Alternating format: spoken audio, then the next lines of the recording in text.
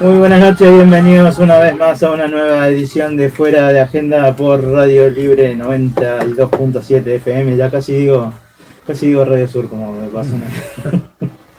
Contábamos el programa pasado que una vez presenté el programa diciendo bienvenido a Radio Sur, como yo estaba en otra época, y bueno, así arranqué el programa. Bueno.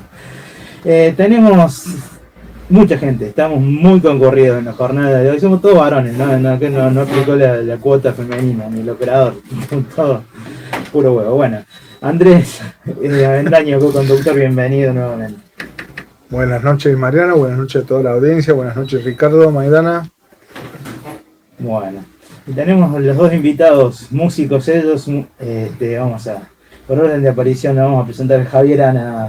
¿Cómo estás, Javier? ¿Cómo estás, Mariano? Buenas noches Andrés, operador, audiencia, Milton. Bueno, y como dijiste, Milton Arias Bajo, ¿cómo estás, Milton? Muy bien, muchas gracias por la invitación, amigo. Bueno, me decíamos, preguntar si se conocían antes, me dijeron que no tuvieron la oportunidad. De antes, 5 minutos antes en la puerta. En la puerta, sí, charlando un rato. Bueno, a partir de ahora, a lo mejor ya el próximo disco.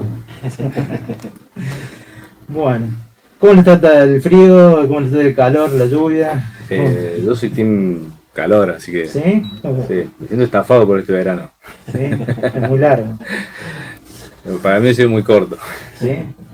Por mí fuera me iría más al norte. Son para las esta época, 8 vuelve a de ser la tiempo. noche y hacen 24 grados. Sí. En la A Santiago. Claro, esta es la mínima para. O La Rioja también. La Rioja. Tucumán.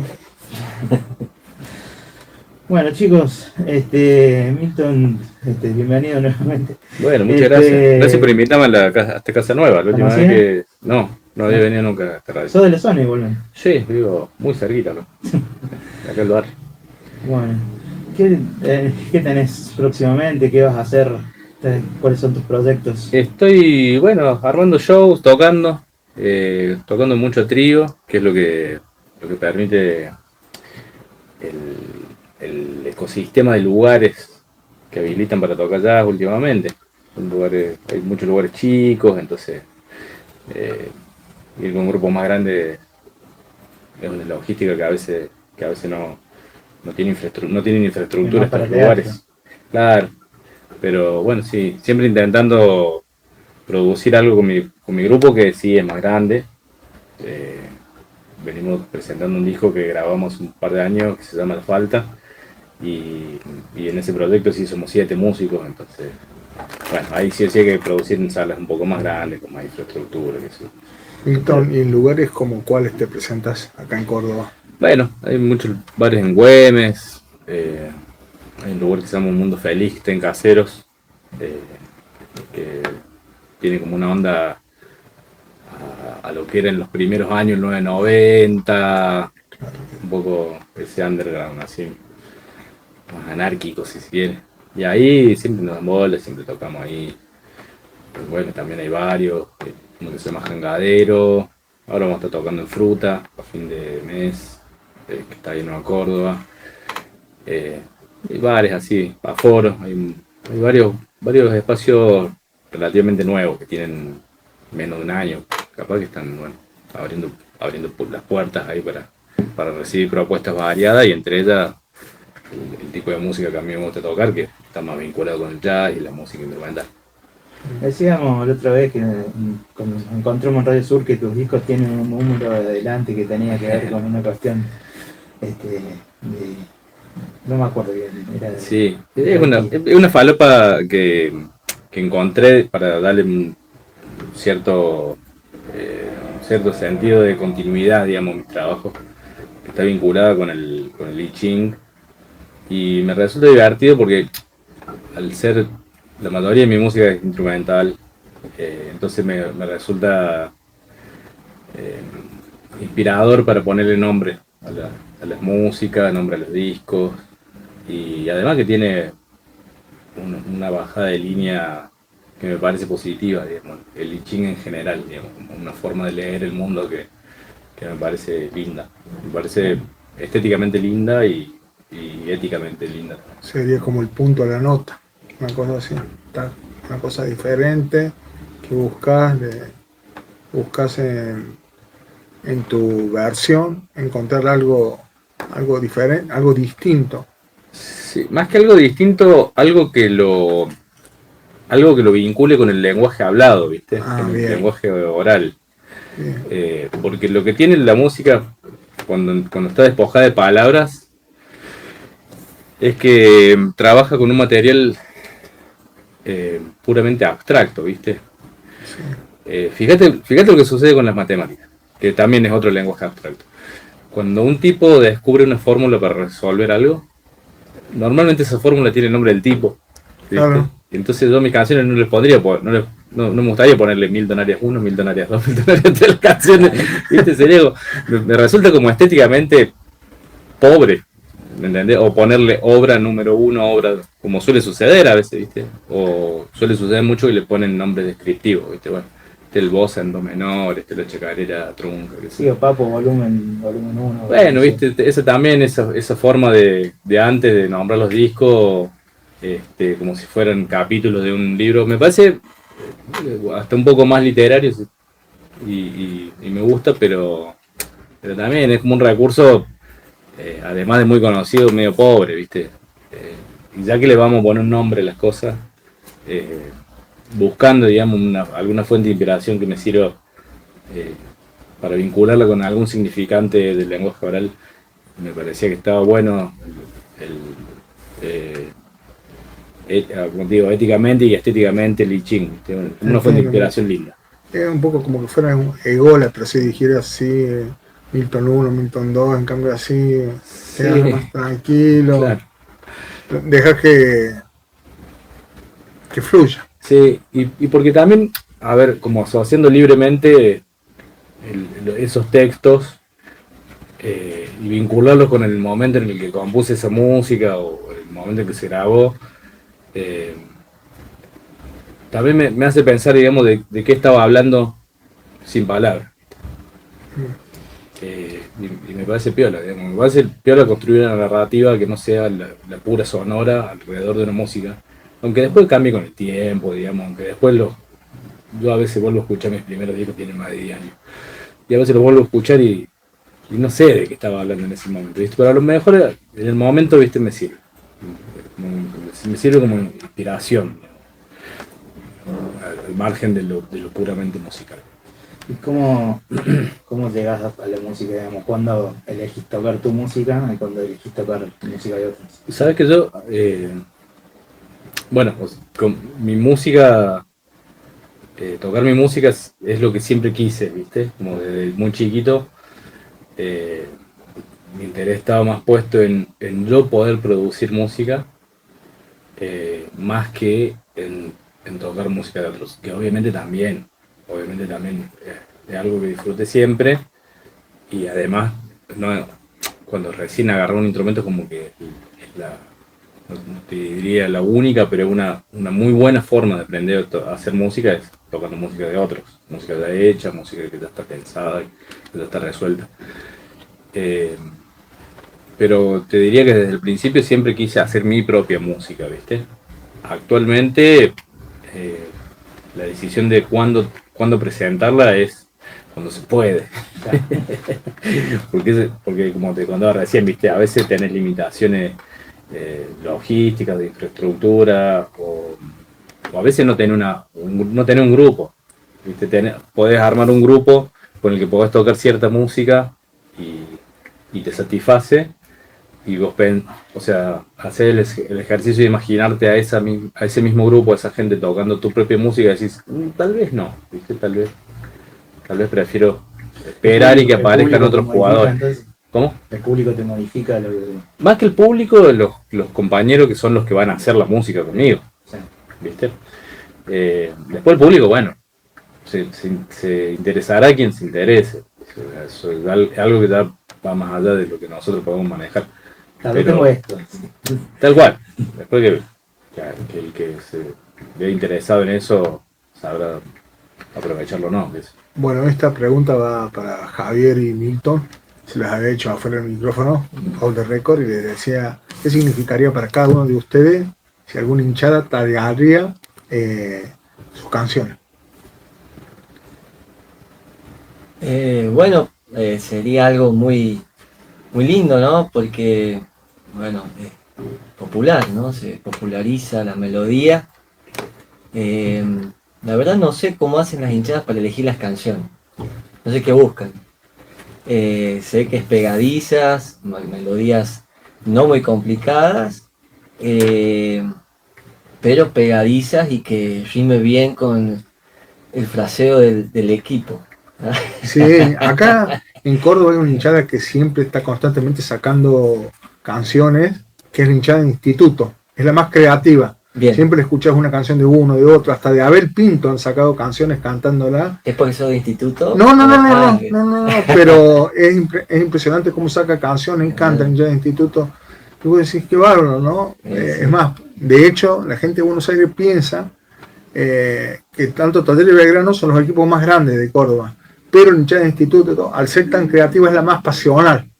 Ellos lo respetan mucho el hinchada de instituto porque dicen, son gente que hace vivir y ver los colores. Bien Entonces ahí. decía, pero en algún momento, ¿quién te dice que alguna canción de Milton, que alguna canción de Javier o de Milton, la tararea la hinchada de la Gloria, los capangas Estaría bueno. o la otra hinchada de instituto? Pues están divididos en dos encima Encima. están divididos en dos.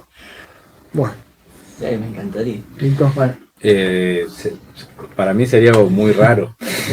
Principalmente porque, ya se llega a la cancha.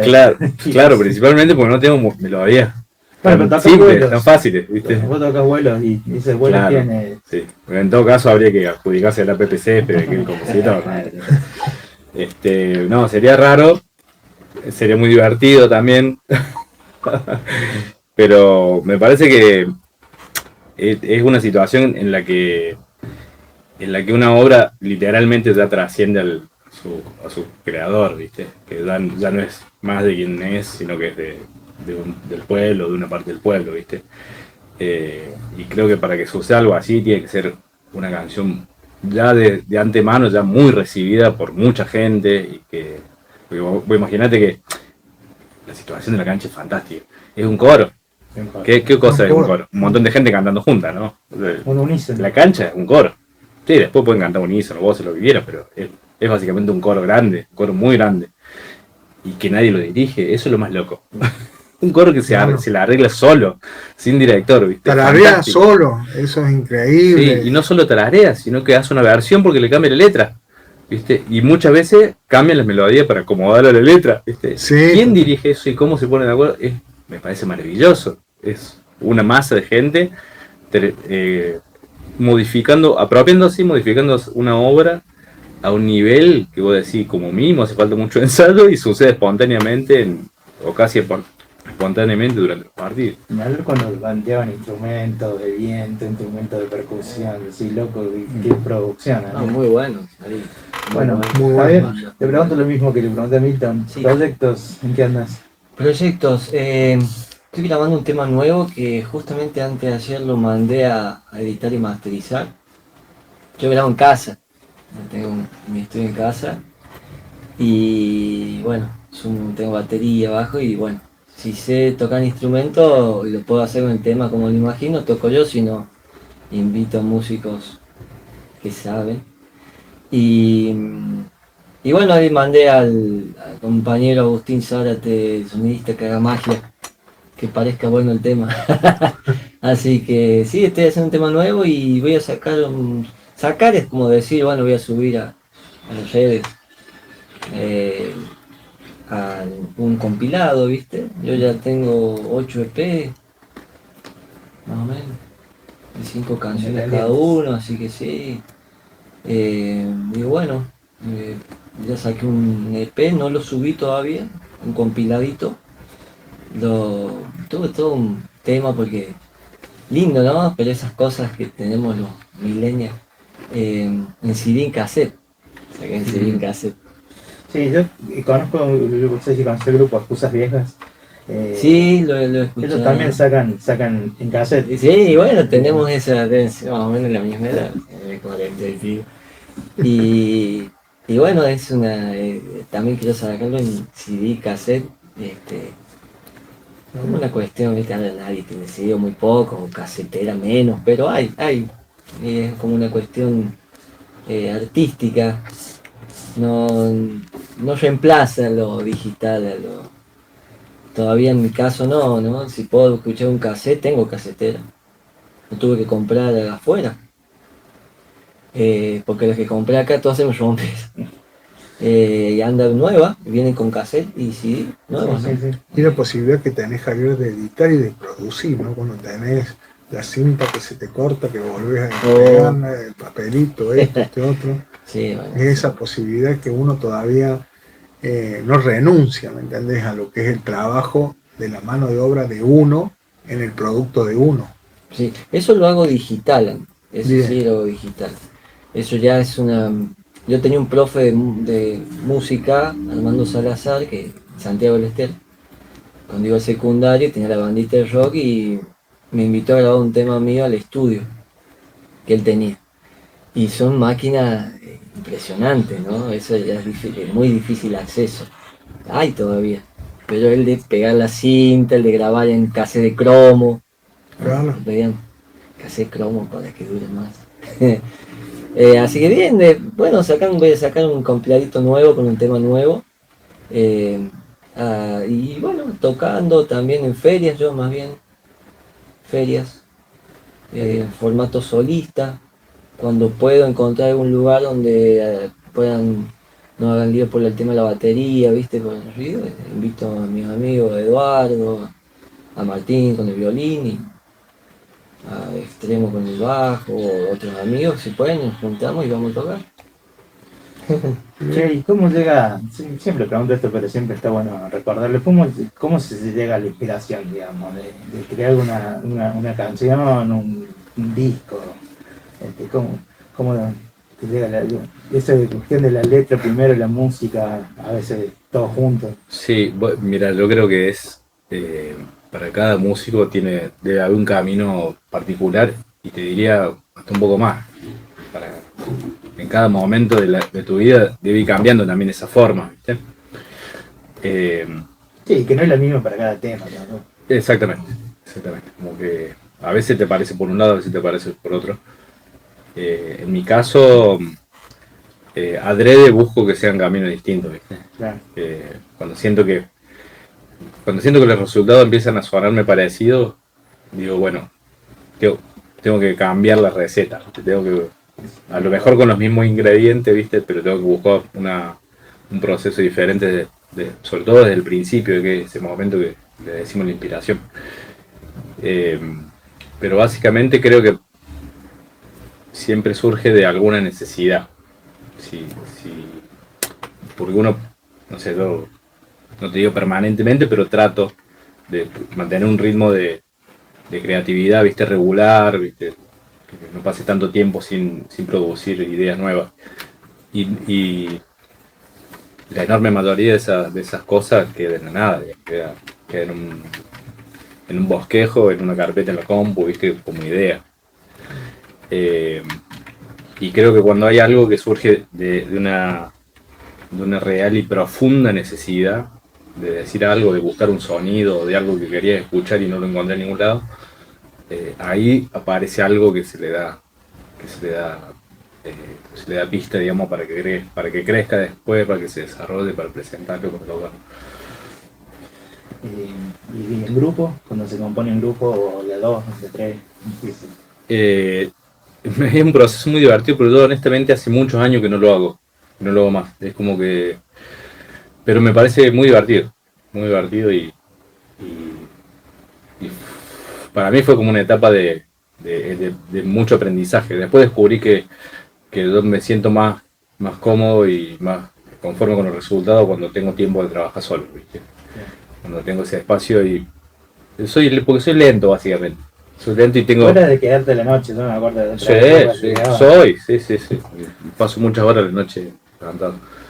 Pero sobre todo por eso, porque me lleva tiempo tomar una decisión. Entonces, a lo mejor en el ritmo de trabajo grupal, lo que puedo hacer es un aporte a una idea que va caminando, ¿viste? Pero después para tomar mis decisiones sobre música propia y necesito mi tiempo, mi espacio, ¿viste? Reescuchar, darle vuelta, rumiar la idea, ¿viste? Ahora muchas veces, disculpame que te diga, Milton, Sí. por ahí se equivoca uno cuando dice es lento con que es lagunero. ¿Viste? Uno se toma una laguna, tac, vuelve la idea. Y te escuchaba decir esto de que muchas veces cuando te repetís. Una vez yo escuchaba una entrevista de La Nata con Charly García, que Charly se enoja cuando le dice, vos te estás repitiendo, te estás Te copiando. estás copiando a vos mismo y lo sabes. Y lo sabes. Y no le gustó. Ya. Y vos Sí, sos sí, pelotudo. sí, me acuerdo de esa. Es muy buena. A riesgo de estar de acuerdo con La Nata, que era un personaje que no me gustaba mucho. Claro, pero en ese momento. Pero creo que es. En ese que- momento sí, tenés en razón. realidad creo que es un riesgo permanente, ¿viste? Claro. Y que. Nos y- pasa todo, te digo. Nos sí, pasa yo todo creo en que todos sí. los ámbitos. Yo creo que sí, pero además pasa esto, que me parece que hay gente que de alguna manera tiene esa necesidad también, ¿viste? De encontrar un discurso coherente y permanecer en él y desarrollarse desde ahí. Cosa que desde afuera uno puede sentir que se está repitiendo. Esto, y tómenlo con pinza porque también lo que voy a decir que a lo mejor es una barbaridad, pero a mí me parece que Piazzolla, mucha de su obra, eh, tiene una búsqueda similar en sí mismo, ¿viste? Que desde una lectura como la que le plantea La Nata de Charly, vos podés decir, che, el viejo se repitió mucho en su obra. Entre comillas, sí, ¿viste? Pero porque me parece que la búsqueda del tipo Sí, es una pasaba por ahí, digamos, porque su obra tenga una coherencia discursiva en sí misma a lo largo de los años, ¿viste? Porque tomaba como motivos para el desarrollo de sus obras arraigados en un discurso determinado, ¿viste? Muy distinto a otra gente, no sé, se me ocurre por gente que ha hecho toda la vida cosas muy diferentes una del lado de la otra. AC/DC también, básicamente. AC/DC, ponele. También podés decir de una banda que se repitió hace 50 años que se repite, ¿viste? Totalmente. Y está bien, ¿viste? Es parte, digamos, de lo que uno espera que suene cuando va y pone un disco, una playlist de AC/DC o un disco. Espera escuchar eso, no espera escuchar. Si la fórmula dio éxito, Y es lo que necesitan ellos y es lo que necesita la gente que escuche esa música para mí, ¿viste? Hay otra gente que necesita otras cosas. Estaba pensando en un tipo que se llama Don Zorn, que no tiene dos trabajos iguales, ¿viste? O gente que a lo largo de su recorrido, hablando de gente que ya falleció, que nos resulta más fácil analizarlo porque porque ya no producen más, digamos. Pero como Miles Davis, que a lo largo de su carrera cambió de discurso unas 4 o 5 veces, ¿viste? Y radicalmente, o sea, directamente buscando lo opuesto de lo que hizo antes y lo opuesto de lo opuesto y lo opuesto, ¿entendés? Dando giros así de 360 grados, 180 grados, ¿viste? Me parece que son necesidades. En el caso de Charly, entiendo que se haya enojado, digamos, que le den eso, porque me parece que es un tipo que justamente ha ido cambiando sus búsquedas, ¿viste? Que también le ha pasado seguramente que se repiten algunas ideas, pero no es cierto tampoco que el tipo sea un copión de sí mismo. Así en ese momento sí. En ese momento puede ser, sí, puede ser. Y bueno, y en tu caso, Javi, ¿cómo llega Sí, la es inspiración, las musas, las musas. las mesas? Muy bueno el tema que están planteando, porque hay yo por lo menos, hay un temor en sonar repetitivo. Yo tengo miedo en sonar repetitivo. Por eso dentro de los trabajos que hago de cumbia, funky, rock, soy un desgenerado musical, no tengo un género, diría Kevin Johansen, otro músico también de que explora muchos ritmos, y me parece que tiene que ver también con el estilo. Hoy en día, como decía Milton, la gente que quería escuchar AC/DC, tenía ganas de escuchar AC/DC, pone el palo y creo que estamos olvidando también un actor muy importante en esto, que es el mercado musical, ¿no? Que te obliga muchas veces a volver a repetir la fórmula del éxito, y eso el músico yo creo que es frustrante. En mi caso no pasa eso, porque yo soy músico independiente y grabo y hago como lo que me gusta o puede gustar a los demás, sin ningún sello discográfico que me diga, bueno, ahora sé esto, ahora sé aquello. Tengo una libertad absoluta en eso. Claro. Tampoco vivo de esto, es decir, no estoy dentro del mercado porque no me dejo dominar por el gusto y fuera. Eso no significa que no se incluya lo económico dentro de lo que hago, toda actividad que se hace incluye lo económico. Lo limita, pero no lo... No lo encuadra. Claro, y tampoco lo elimina. O sea, puedes tener limitaciones, pero la música es algo maravilloso, no lo puedes limitar. Vos puedes subir una música en Bandcamp o en YouTube y puedes escucharlo uno en el barrio de instituto y ese tema me gusta y lo puedes. Y sí, ¿No? Es totalmente. decir, no limita el arte, la música en este caso, y yo confío en eso, tengo una fe ciega en que la música sigue su curso. Hay un caso muy impresionante de un estadounidense de los años 70, creo, que grabó un disco, no tuvo éxito en el comercial. Después ese disco se fue para Sudáfrica y es el tipo, pensaba que se pegó, 30 años después pensaba que el tipo se había muerto. Lo encontraron, no sé si lo vieron. En Estados Unidos le dijeron, loco, vos sos una estrella en Sudáfrica. Y el tipo fue a toda Sudáfrica 30 años después. Claro. Yo creo en esas cosas. Y Yo sí, creo en la magia de la música, del arte, de que por más que se lo trate de limitar, de hacer de cualquier forma, la música encuentra su salida. En algún momento, más allá del éxito comercial, ¿no? eso te iba a preguntar, iba a hablar de Fito. Viste que muchos dicen que Fito Está bien, en los 80 era Fito y después se traicionó en los 90 y empezó a ser más comercial. ¿Qué opinión les merece a los dos? y aparte dio otra vez la vuelta, me parece. Pasó eso y dio la vuelta. Tuvo como varios ciclos, varias Yo primero etapas. aclaro con esos tipos máximo respeto porque Sí, ni hablar. grandes compositores, grandes creadores. Puntualmente la situación de Fito me parece que es cuando un artista hay determinadas obras, viste, que son muy difíciles de superar después, viste, y me parece que en el caso de Fito hay algo de eso, viste, que produjo ciertos discos de, sobre todo eso, a principios de los 90, que fueron tan grandes, viste, que es muy difícil después seguir hablando dentro de un mismo código y proponer algo que sea superador de eso, ¿viste? Creo que a Charlie también le pasó un poco lo mismo, pero fíjate que Spinetta no. No, al Fíjate flaco no. que el flaco hasta sus últimos discos siempre tenía algo nuevo para decir dentro de su propio discurso, ¿viste? Porque tampoco es que inventó algo radicalmente diferente a lo que hizo siempre. Siempre canciones, complejas armónicamente, bellas líricamente, pero siempre canciones. Y el flaco sí me parece que ha sido un buscador, digamos, de caminos alternativos dentro de su propio universo, ¿viste?